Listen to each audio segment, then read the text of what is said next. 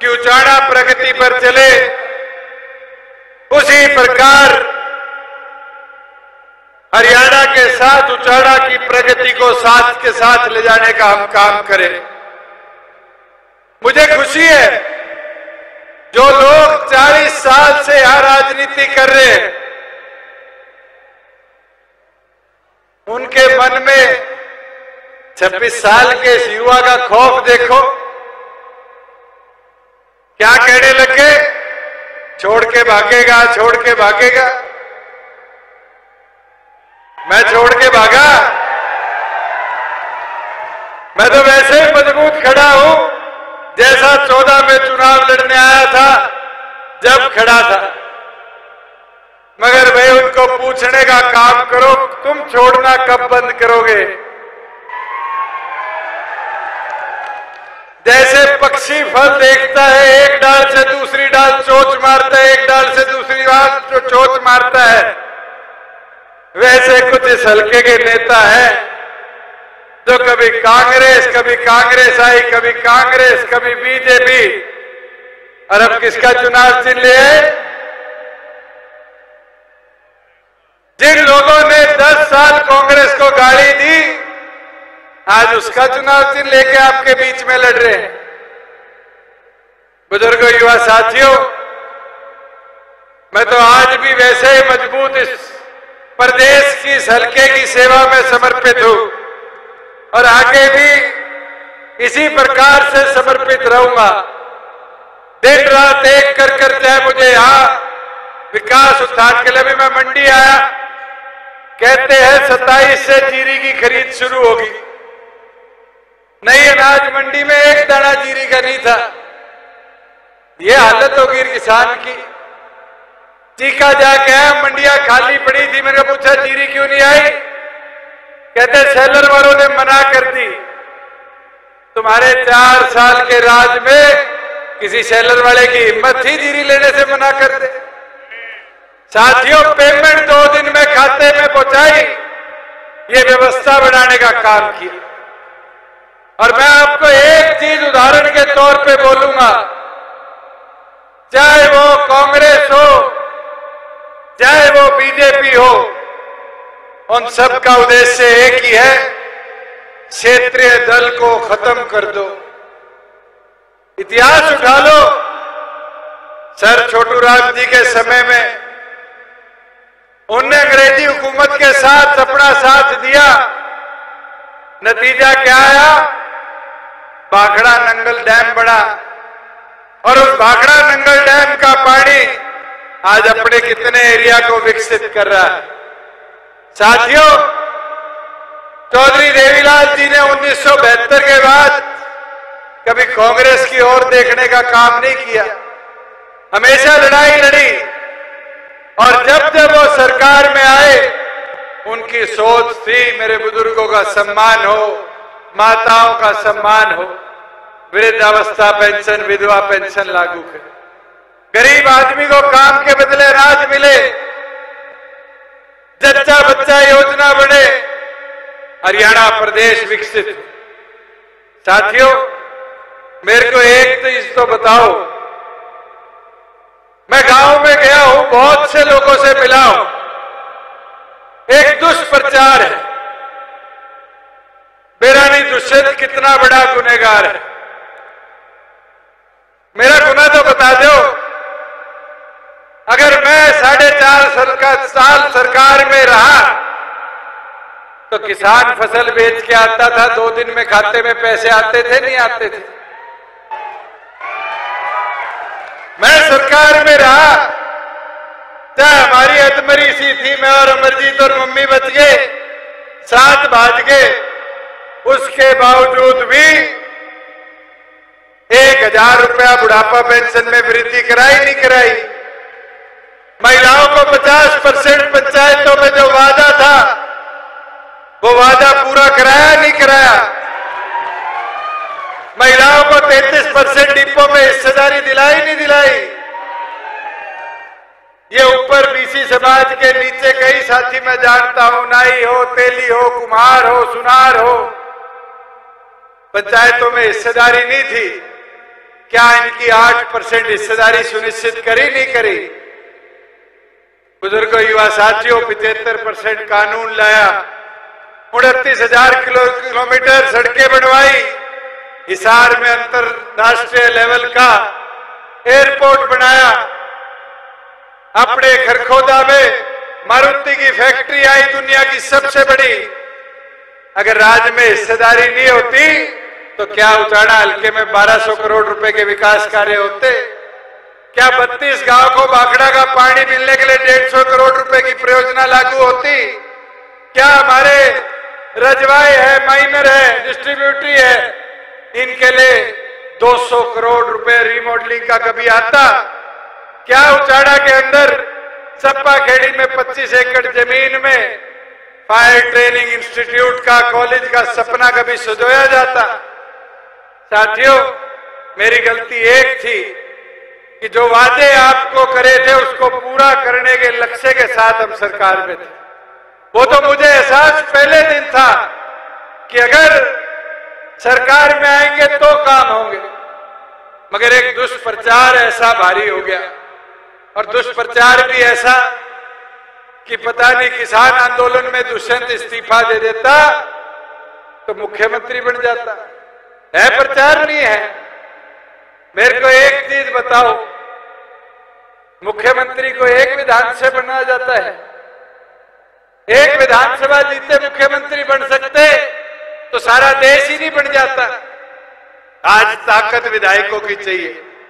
ये जो साथ छोड़ के गए हैं, अनूप बरगे छोड़ के चले गए, ये तो 2021 में भी छोड़ सकते थे, और 2021 में छोड़ जाते तो तारी चाबी भी नहीं बचती, जननायक जनता पार्टी भी नहीं बचती। साथियों समझो, ये प्रोपेगेंडा है, ये वो लोग प्रचार कर रहे हैं जो आपकी ताकत को आंकते हैं। ये उन लोगों का प्रचार है। मैं तो एक चीज बता सकता हूं, जिसने वोट दिया किसान आंदोलन के तीनों कृषि कानूनों पर, जिसने ट्रैक्टर यात्रा निकाली, जिसने प्रेस वार्ता कर कहा कानून सही है, आज वो कांग्रेस की टिकट लिए बैठे नहीं लिए बैठे? आप मुझे बताओ, जो लोग आज कांग्रेस की टिकट लेकर आए हैं, उन्हीं के मंच में कांग्रेस के नेता आकर कहते हैं, उनके मुंह पर आकर कहते हैं 700 लोगों को मारने वाले। वो किस मुंह के साथ आप लोगों के बीच में जा रहे हैं? साथियों, मैं तो एक चीज विश्वास के साथ आपको बोल सकता हूं, मेरी निष्ठा, मेरी मेहनत एक है कि उचाड़ा आगे बढ़े, हरियाणा आगे बढ़े, और मुझे आपका साथ चाहिए। जो 30 दिन मेहनत करी है वो 3 दिन मेहनत कर दिखा दो, और अगर अगले 3 दिन वही मेहनत कर दिखाओगे तो आप देख लेना 5 तारीख को पिछली बार की तरह जोश के साथ इस विधानसभा को भी हम जीतने का काम करेंगे। साथियों, मैं तो एक चीज जो आज हर जगह दिखने को आ रही, कुछ लोग कहते हैं कि राज बन गया, नौकरी कोटों में बटेगी। कोई लोग कहते हैं कि सरकार रोहतक की और झज्जर की आ जाएगी। इस जींद ने तो सहा है, और सहा भी 10 साल है, और 5 साल बीजेपी के भी सहा है। कितना विकास जींद जिले में हुआ। पहली बार तुम्हें चौधर मिली, आज उसका नतीजा है दिल्ली कटड़ा हाईवे भी जींद के अंदर से जाता है, 152 भी जींद के अंदर से जाता है, मेडिकल कॉलेज बन रहा है तो जींद में बन रहा है। आज जमीनें खटकड़ में हो, सफीदो हल्के में हो, आज इंडस्ट्रियल हब बनाने के लिए एक्वायर होनी शुरू होगी। ये क्यों हो पाया? क्योंकि राज में आपकी साझेदारी थी, हिस्सेदारी थी, और राज आपके आगे दबता था, फैसले करता था। मगर रोहतक भेज दोगे तो फिर क्या होगा? जींद ने तो बहुत भुगता है 10 सालों में। जैसे शरीर होता है अपना, ऐसी चौड़ी सड़कें रोहतक में होती थी, और जैसे लाखन माजरा पार करते थे लातों जैसी पतली पतली सड़कें बन जाती थी। था भेदभाव या नहीं था? मगर आप लोग उसको समझ नहीं पाए। मेरी विनती प्रार्थना आपसे इतनी है कि अब समझने का मौका है, ये अवसर मत खो। आज और पार्टियों के लोग आपके बीच में आएंगे। साथियों, उनकी चाल समझो। वो हमें तोड़ना चाहती है, हमें बांटना चाहती है, पर हमें बंटना नहीं। हमें एक उद्देश्य के साथ आगे बढ़ना है कि सिर से ठंडा, मुंह से मीठा, पांव की रफ्तार और पार्टी का प्रचार लेकर आगे जन जन में जाना है अगले 3 दिन। और अगले 3 दिन अगर मजबूती के साथ आप पार्टी के प्रचार को आगे ले जाने में कामयाब रहेंगे तो फिर आपकी जीत सुनिश्चित है। मैं देख रहा था कई दिनों से, मैं और चंद्रशेखर जी घूम रहे हैं। 2 36 साल के युवा की जोड़ी है, मगर कई प्रेस के साथी बारी बारी ये कह देते हैं जाट दलित एक होकर बढ़ रहे। मैं तो उन साथियों से पूछना चाहता हूं, कांग्रेस का प्रदेश अध्यक्ष शायद पिछले 20-25 साल से दलित है। आप मुझे बताइए कितनी बार कांग्रेस ने उनका मान सम्मान बढ़ाने का काम किया? फूलचंद बुलाना जी थे, आज कहां है? अशोक तंवर थे, कैसे उनकी पिटाई करवाई? कुमारी शैलजा के साथ क्या किया और अब उन पे कैसी टिप्पणियां कराई जा रही है? और भाई उदय भान की तो मैं चर्चा भी नहीं करूं। साथियों, इनका तो एक टारगेट है कि हमें बांट दो और हमारे को बांट कर उसका लाभ लेने का कार्य करो। मेरी विनती है, मेरी प्रार्थना है, ये बीजेपी और कांग्रेस के षड्यंत्र में फंसने का काम ना करो। ये आपको फंसाकर बांटना चाहते हैं। ये निर्दलीय जो आज उचाना में घूम रहे, बहुत लोग दुष्प्रचार कर रहे हैं। मैं आपको एक चीज बोल सकता हूं, ये निर्दलीय भी सारे स्पॉन्सर्ड है। कोई बीजेपी का है, कोई कांग्रेस का है, और एक टारगेट है कि आपको बांटा जाए, आपको रोका जाए, आपको तोड़ा जाए। मुझे एक चीज बता दो, क्या इन लोगों ने कांग्रेस का आवेदन भरा था? नहीं भरा था। 20-20 हजार रुपए जमा कराए थे। आज ये कांग्रेसी है नहीं है? बीजेपी का आवेदन भरा था? नहीं भरा था? बीजेपी के आवेदकों में से। और इनको इसलिए खड़ा किया गया कि एक टारगेट है कि जननायक जनता पार्टी और आजाद समाज पार्टी के इस गठबंधन को उचाना में कैसे रोका जाए, कैसे टोका जाए। पर साथियों, अब रुकने टुकने का समय नहीं है। अब एक होकर इस लड़ाई को लड़ने का समय है। और ये मुझे पूरा विश्वास है मेरी इन माताओं पर, बहनों पर, ये विश्वास मुझे मेरे बुजुर्गों पर है कि इस लड़ाई के अंदर सारथी बनकर मेरा और भाई चंद्रशेखर जी का, डॉक्टर अजय सिंह चौटाला जी का आप साथ देकर इस रण को जीतने का काम करोगे।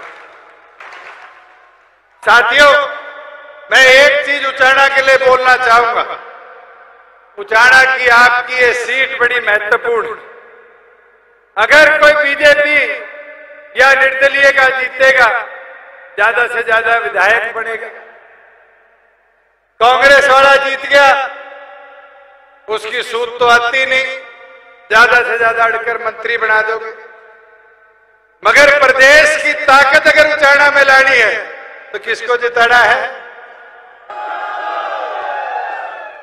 अपनी ताकत समझो। ये रोहतक वाले बारी बारी कह देते हैं रोहतक की चौधर। उनको पता है मुख्यमंत्री का पद अगर जिले में आता है तो काम कैसे होते हैं। अरे मेरे पास तो आधा पद था, पूरा भी नहीं था, तो भी बराबर करनाल की कराई बराबरी करनाल की, कोई कसर तो नहीं छोड़ी। अगर उस ताकत को बढ़ाना चाहते हो साथियों, तो फिर मजबूती से अगले 3 दिन रण में लग जाओ। और मैं एक चीज मुख्यमंत्री के लिए भी कहना चाहूंगा। ये पत्रकार साथी हर रोज पूछ लेते हैं कि सैनी साहब के लिए क्या कहो। भाई 56 दिन का मुख्यमंत्री था और 56 दिन के अंदर इतना प्रदेश में हेलीकॉप्टर घुमाया, अलग अलग जगह सम्मान समारोह करे। आज मैं भले मन से पूछ रहा हूं, कोई खुद के करे 5 फैसले तो गिना दे। मुख्यमंत्री रहा है, 5 फैसले तो मुख्यमंत्री के तौर पर इसने करे हो, जनता के आगे आकर तो रखे कि ये मेरी सोच, मेरा विजन था जो इस प्रदेश को विकसित कर रहा है। ये कह ही नहीं सकता क्योंकि इसको पता है कि हर आदेश दिल्ली से आएगा। साथियों, मैं एक चीज आज जरूर इस मंच से बोल सकता हूं। बहुत से साथियों ने बारी बारी मेरे से पूछा, बहुत से साथियों ने कहा कि आप मुख्यमंत्री को कैसा देखते हो। भाई, पंजाब में चन्नी 6 महीने के लिए बना था, मुझे याद है 5-10 ढंग के फैसले कर गया था। ये तो उससे भी बड़ा फेलियर है। ये इस प्रदेश को आगे नहीं लेके गया, ये इस प्रदेश को पीछे ले जाने में काम किया। मेरी तो विनती आप सबसे है कि आप अपने मत की ताकत को समझो। अगर आप चाहते हो कि हरियाणा की तरक्की में उचाना की विशेष हिस्सेदारी हो, तो अपना साथ देकर आप सब साथी आगामी 5 तारीख को चाबी का बटन दबाकर अपनी ताकत को बढ़ाने का काम करो। और साथियों, एक चीज और बोल दूं, ये बीजेपी बारी बारी कहती है पर्ची खर्ची, कहती है नहीं कहती? राजस्थान, मध्य प्रदेश नए उदाहरण है। 2 नए मुख्यमंत्री बने, शिवराज जी गए, वसुंधरा जी गई, यादव साहब आए, शर्मा जी आए। कैसे आए? दिल्ली से पर्ची आई। बीजेपी कहते हम पर्ची के विरोध करते हैं, अरे थारे मुख्यमंत्री पर्ची से बनते हैं। और साथियों, कांग्रेस उल्टी है, कांग्रेस पर्ची नहीं भेजती, कांग्रेस जो ज्यादा खर्ची करता है उसको मुख्यमंत्री बनाती है। इस पर्ची खर्ची की जोड़ी को उखाड़ फेंकोगे? उखाड़ फेंकोगे इस बार इस पर्ची खर्ची की जोड़ी को?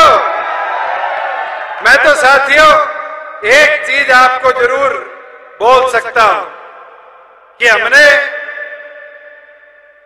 4.5 साल सरकार में रहते हुए ऐसे फैसले करे जो आम जन के काम आए। ये मेरे बुजुर्ग बैठे हैं, एक फर्ज लेने में कितना टाइम लगता था।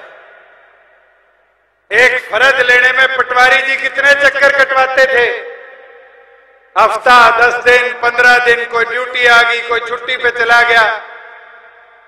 आज हल्के में नहीं है साथियों।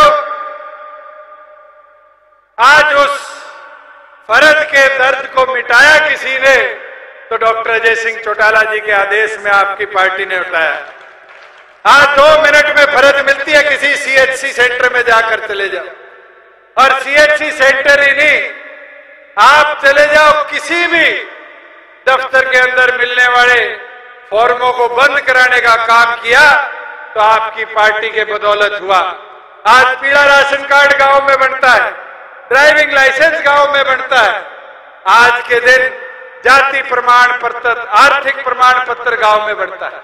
600 सुविधा आपके गांव की दहलीज पर, गांव के कंप्यूटर पर लाने का दम रखा तो आपके भाई ने, बेटे ने रखा। आज हमारी बहनों को फ्री बस पास की कॉलेज जाने के लिए सुविधा शुरू करवा कर दी तो आपकी पार्टी ने दी।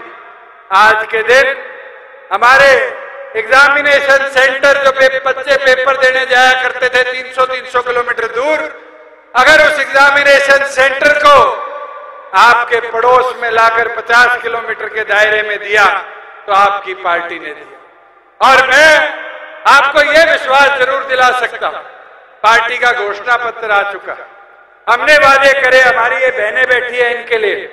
आज सबने, किसी ने जेबीटी कर रखा है, किसी ने सीईटी कर रखा है। आज टीचिंग सेक्टर के अंदर तुम्हारे इस भाई का वादा है कि जितने पद आज टीचर के, लेक्चरर के, इंस्ट्रक्टर के, प्रोफेसर के प्रदेश में खाली पड़े हैं, 50% हिस्सेदारी थारी बांध के देने का उन पदों में काम करें। मेरे किसान खड़े, कई साथी ट्रैक्टर लेकर आए हुए। आज दुख होता है, एक बूढ़े ने बताई, कहता तुम गाड़ी ले लेते हो, जमीन तो दुष्यंत चौटाला ने कहा कि मैं पहले से ज्यादा मजबूती से लड़ाई लड़ रहा हूं, मैं छोड़कर भागने वाला नहीं हूं। तो देखिए, जन आशीष रैली के जरिए उन्होंने तमाम बातों का जिक्र किया है जिन्होंने कांग्रेस को गाली दी। हमने 4 साल में बहुत काम किए हैं। तो दुष्यंत चौटाला रैली के जरिए लोगों को संबोधित कर रहे थे, जनता को संबोधित कर रहे हैं और उन्होंने कहा कि हमारे खिलाफ दुष्प्रचार किया गया है।